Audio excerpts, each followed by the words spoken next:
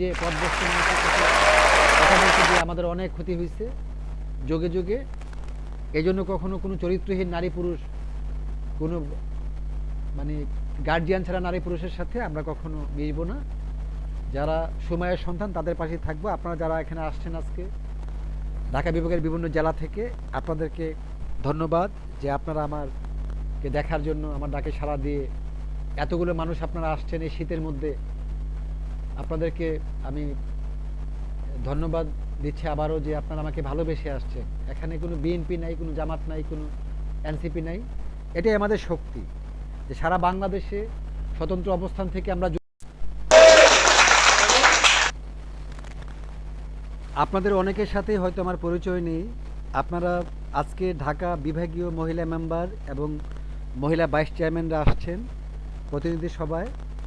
আমার নাম জানলেও হয়তো অনেকে আমাকে দেখেননি। আমার সৌভাগ্য যে আমি ঢাকা বিভাগের আজকে প্রায় 5 থেকে 550 অধিক মহিলা মেম্বার এবং 50 থেকে 55 জন মহিলা ভাইস চেয়ারম্যানকে দেখতে পেয়েছি। তো আমি সোহেল সরকার নির্ঝর, জাতীয় সাংস্কৃতিক ফোরামের কেন্দ্রীয় সভাপতি এবং বাংলাদেশের সর্বকনিষ্ঠ সাবেক দুবারের সংসদ সদস্য প্রার্থী, আপনাদের বড় ভাই। তো আগত জাতীয় সংসদ নির্বাচন সহ সকল নির্বাচনে আপনারা যারা আসছেন, আমার মহিলা মেম্বার বোনেরা, মহিলা ভাইস চেয়ারম্যান বোনেরা, ঢাকা বিভাগে যেহেতু 8টা জেলা রয়েছে আমাদের, তো আমার দেখতে পাচ্ছি আমি যে গাজীপুর জেলা, মুন্সিগঞ্জ জেলা, টাঙ্গাইল জেলা এবং ঢাকা জেলার বেশিরভাগ আসছেন, আর অন্য অন্য জেলা থেকে কম আসছেন। তো অসুবিধা নেই, আমরা পরে এগুলো ঠিক করে নিব, যেহেতু এখানে হাজার হাজার মহিলা মেম্বার রয়েছে আমাদের।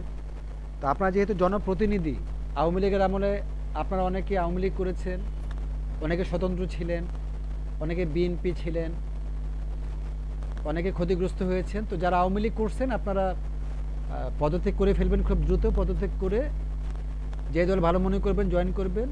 আর আপনারা যেহেতু সাংস্কৃতিক ফোরামে আছেন, স্বতন্ত্র থাকেন। জাতীয় সংসদ নির্বাচনের পরেই হবে আপনার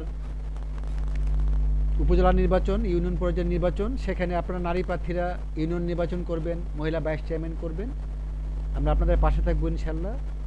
গত 54 বছর বাংলাদেশের ভালো বন্দোবস্ত ছিল না। এখানে বাংলাদেশের সকল শ্রেণীর মানুষ শোষিত হয়েছে। এখানে 3টা পরিবার লাভবান হয়েছে। 3টা পরিবারের ছত্রছায়া থেকে যারা ধনী হয়েছে, যেমন আওয়ামী লীগ, বিএনপি, জাতীয় পার্টি। তো গত 2024-এর পরে বর্তমান পর্যন্ত কোনো ভালো দল সৃষ্টি হয় নাই। আমরা এনসিপি গঠন করে দিয়েছিলাম কিছু ভালো নারী পুরুষ তৈরি করার জন্য। সেখানে কোনো রাজনীতিবিদ আমরা দেখতে পাচ্ছি না। এনসিপি অনেক বদনাম করছে, লোভ লালসা তৈরি করছে। তারা নারী সংগঠন করে নাই, উপদেষ্টা পরিষদ করে নাই। যাদেরকে চেয়ার দেওয়া হয়েছিল বাটপারি করছে বেশিরভাগই, তাদের সাথে আমরা নাই।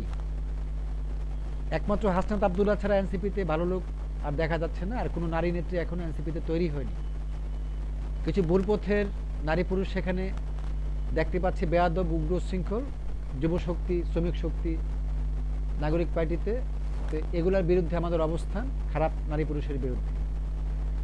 আর জাতীয় পার্টি আইন করে বন্ধ করা হলে, নির্বাচন না করতে পারলে তাদের শাস্তি হওয়া উচিত। জাতীয় পার্টিতে থেকে যারা 3টা নির্বাচনে খুনি হাসিনাকে বৈধতা দিয়েছে তাদেরকে গ্রেফতারের আওতা আনতে হবে বলে আমি মনে করি। জাতীয় পার্টির বর্তমান চেয়ারম্যান জে এম কাদের বলেছে না ভোট দিতে। আমি জে এম কাদেরের কথাকে সমর্থন করি না। যারা সারা বাংলাদেশে তৃণমূল জাতীয় পার্টি আছেন, যারা পল্লীবন্ধু হোসেন মোহাম্মদ এরশাদ সাহেবকে ভালোবাসেন, পল্লীবন্ধু হোসেন মোহাম্মদ এরশাদ 9 বছরের সফল রাষ্ট্রনায়ক ছিলেন, আমার ধর্মপিতা তিনি, আমি ওনার একমাত্র ধর্ম ছেলে। আমি সোহেল সরকার নির্ঝর হিসেবে বললাম, আপনারা বাংলাদেশ প্রেমী যারা বাংলাদেশে ভালো চান, যারা কোনো স্বৈরাচারকে আর ক্ষমতা দেখতে চান না, যারা বৈষম্য চান না, তারা হা ভোটে ভোট দেবেন, গণভোট দেবেন হা। আর ব্যক্তিগতভাবে যেখানে আপনারা ভালো মনে করবেন, যেখানে জামাত ইসলামের ভালো প্রার্থী থাকবে সেখানে জামাত ইসলামীকে দিবেন, যেখানে বিএনপির ভালো প্রার্থী থাকবে বিএনপিকে দিবেন। এই হলো আমার কথা। আর রংপুর বিভাগে জাতীয় পার্টিতে যারা এরশাদ প্রেমী, সেটা যেহেতু ওই বিভাগে আমি দীর্ঘদিন সাংগঠনিক দায়িত্বে ছিলাম। তো যদি তৃণমূলে আপনারা স্বতন্ত্র অবস্থান থেকে কেউ নির্বাচন করতে চান, সেক্ষেত্রে আমি হেল্প করব। আর সারা বাংলাদেশে আমার ভালো প্রার্থীদের পক্ষেই থাকতে হবে। আজকে যেহেতু আমি এখানে আপনাদের যারা নারী উদ্যোক্তা, মহিলা মেম্বার, মহিলা ভাইস চেয়ারম্যান আছেন, আপনাদের কাছ থেকে দোয়া চেয়ে নিচ্ছি। আমি দীর্ঘদিন আপনাদের পাশে ছিলাম। এখানে আপনারা অনেকেই আছেন যাদেরকে আমি পাশ করিয়েছি ভাইস চেয়ারম্যান হিসেবে, মহিলা মেম্বার হিসেবে। তো এনসিপিতে থাকা বা বিভিন্ন ভুল পথের রাজনৈতিক দলে থাকা কিছু চরিত্রহীন নারী তৈরি হয়েছে, যারা আমাদের সম্বন্ধে না জেনে বেয়াদবি করার চেষ্টা করে। আপনারা সাইজ করে দিবেন, যেখানে উগ্র উচ্ছৃঙ্খল বখাটে মহিলা পুরুষ পাবেন, বেয়াদব রাজনীতি না জানা চরিত্রহীন নারী পুরুষ পাবেন, সেটা এনসিপির হোক বা যে দলের হোক, তাৎক্ষণিক গণপিটুনি দিবেন।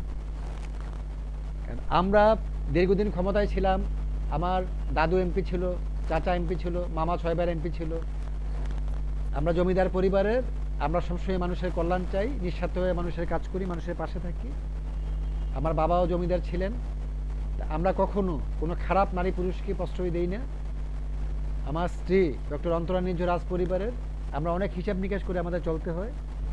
সারা বাংলাদেশি আমরা সাধারণ জনগণের পাশে থাকি, গরিবদের পাশে থাকি।